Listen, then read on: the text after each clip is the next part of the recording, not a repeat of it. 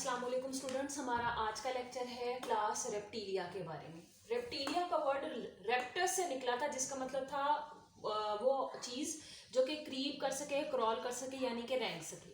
तो ये वो ऑर्गेनिज्म है जो कि लैंड पर रहते हैं।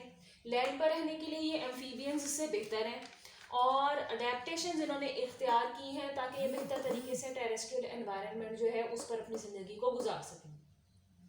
तो ये पानी में भी जाती है और इनकी जो बॉडी है उसमें कुछ मॉडिफिकेशंस हुई हैं कि ये पानी के बगैर भी रह सकते हैं और ज़्यादा वक्त अपना लैंड पर गुजारते हैं। उसके बाद इनमें इंटरनल फर्टिलाइजेशन होती है, जिसमें जो स्पर्म्स हैं उनको फीमेल की बॉडी में रिप्रोडक्टिव ट्रैक्ट में रिलीज किया जाता है, जिसकी वजह से पानी के ऊपर इनकी डिपेंडेंसी कम हो गई है। क्योंकि आपने मेरे साथ पिछले लेक्चर में देखा था कि एम्फीबियंस को पानी इसलिए चाहिए था क्योंकि उनमें इंटरनल फर्टिलाइजेशन नहीं थी, वो अपने गैमेट्स को पानी के अंदर रिलीज करते थे। तो इनमें इंटरनल फर्टिलाइजेशन है, इसलिए पानी के ऊपर इनकी डिपेंडेंसी कम हो गई है। इनकी स्किन जो है वो ड्राई सी स्किन है, स्केल्स पर मुश्तमिल स्किन है, खुरदरी सी स्किन है। और आप ऐसा देख सकते हैं स्नेक में भी, क्रोकोडाइल वगैरह में भी, हत्ता के टॉर्टोइस में तो बराबर उसका प्रॉपर शेल बना होता है जिसमें उसकी बॉडी एनक्लोज्ड होती है। अगर हम इनकी बात करें तो इनका क्लोज सर्कुलेटरी सिस्टम है, लेकिन इनके हार्ट में 4 चैम्बर्स हैं, 2 एट्रियम है, 2 वेंट्रिकल है। लेकिन वेंट्रिकल में नीचे की तरफ आप देख सकते हैं कि पार्टीशन जो है वो पूरी नहीं है। तो यहाँ पर मैंने इसलिए थोड़ा सा हिस्सा आपको छोड़कर दिखाने की कोशिश की है कि वेंट्रिकल में थोड़ी सी मिक्सिंग ऑफ ब्लड जो है वो होती है। सिर्फ क्रोकोडाइल ऐसा है कि जिसमें प्रॉपर 4 चैम्बर जो हैं वो मुकम्मल तौर पर एक दूसरे से अलग हैं, उसमें कंप्लीट पार्टीशन है। अच्छा जी, अब बात कर लेते हैं इनकी लिम्स की। इनमें 4 लिम्स हैं, ये टेट्रापोड हैं। 2 फोर लिम्ब हैं, 2 हाइंड लिम्ब हैं और हाइंड लिम्स वेल डेवलप्ड हैं, उनमें बोन्स का स्केलेटन मौजूद है और इनको इस काबिल बनाता है कि ये अच्छे तरीके से ज़मीन पर क्रीप क्रॉल कर सकें, रेंग सकें, चल सकें। तो एफिशिएंट लोकोमोशन है।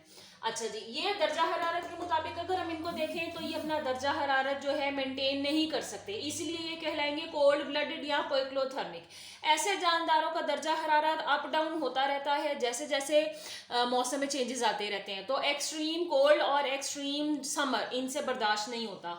तो विंटर सीजन में ये अपने आप को बरों में बनाकर, मट्टी खोद कर उसमें अपने आप को दफन कर लेते हैं, बरी कर लेते हैं। इस अमल को कहते हैं हाइबरनेशन। और गर्मियों में भी अपने आप को ज़्यादातर बरो बनाकर पानी वाली जगहों में, पानी वाली जगहों के पास गीली मट्टियों में अंदर अपने आप को बंद करके रखने की कोशिश करते हैं। उसको हम कहते हैं एस्टिवेशन। अच्छा जी, उसके बाद आ जाता है कि रेप्टाइल जो है वो मीसोजोइक एरा में बहुत ज़्यादा फले फूले थे और मीसोजोइक एरा ज़मीन की जो उम्र है उसमें 225 से 65 मिलियन साल पहले की बात है, जिसमें ये सारा प्रोसेस हो रहा था। तो मैंने आपको पिछले लेक्चर में भी बताया था कि हमने ज़मीन की जो हिस्ट्री है उसको डिवाइड किया हुआ है छोटे छोटे पीरियड्स में, एराज में, क्योंकि इतने मिलियन साल, बिलियन साल पहले ज़मीन बनी हुई है और हम उसको कैलेंडर से अच्छे तरीके से समझ नहीं सकते। तो हमने ये पीरियड्स और एराज जो है ये बनाए हुए हैं और इनको हम मिलियन ऑफ ईयर्स में जो है वो कंसीडर करते हैं ताकि हम अर्थ की हिस्ट्री को अच्छे तरीके से जान सकें। उसके बाद बात करते हैं इंपॉर्टेंट ऑर्गेनिजम्स की जो कि इस क्लास से ताल्लुक़ रखते हैं। तमाम दुनिया भर के स्नेक, तमाम दुनिया भर की छिपकलियाँ, लिजर्ड्स, टॉर्टॉइस, टर्टल, क्रोकोडाइल, गेवियल वगैरह, ये सारे वो ऑर्गेनिज्म हैं जो कि इस ग्रुप से ताल्लुक़ रखते हैं। इनमें एक बड़ा ही डिफरेंट किस्म का ऑर्गेनिज्म है जिसे तुआत्रा कहते हैं। इसका नाम सफिनोडॉन पंक्टेटस है। ये न्यूजीलैंड में पाया जाता है, बड़ा मशहूर है और ये सिर्फ वहीं पर होता है। इसके अलावा जो डेवलपमेंट ज़्यादा रेप्टाइल्स में हुई थी वो जुरासिक पीरियड में हुई थी।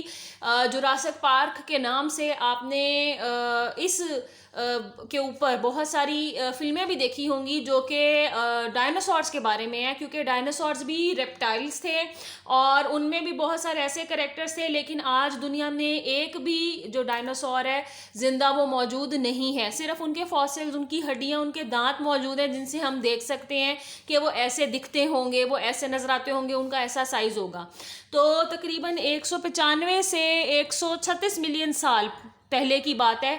जो दुनिया का वक्त था वो जुरासिक पीरियड कहलाता है, जिसमें डायनासोर्स दुनिया में पाए जाते थे। उसके बाद क्रिटेशियस पीरियड 136 मिलियन से 65 तक का है, और ये वो वक्त था, ये वो ज़माना था कि जिसमें बहुत तेज़ी से रेप्टाइल्स फले फूले। आज भी एक अच्छा इंपॉर्टेंट ग्रुप है जो कि दुनिया में तकरीबन हर जगह ही पाया जाता है, और इससे ताल्लुक़ रखने वाले ऑर्गेनिजम्स बहुत मशहूर हैं।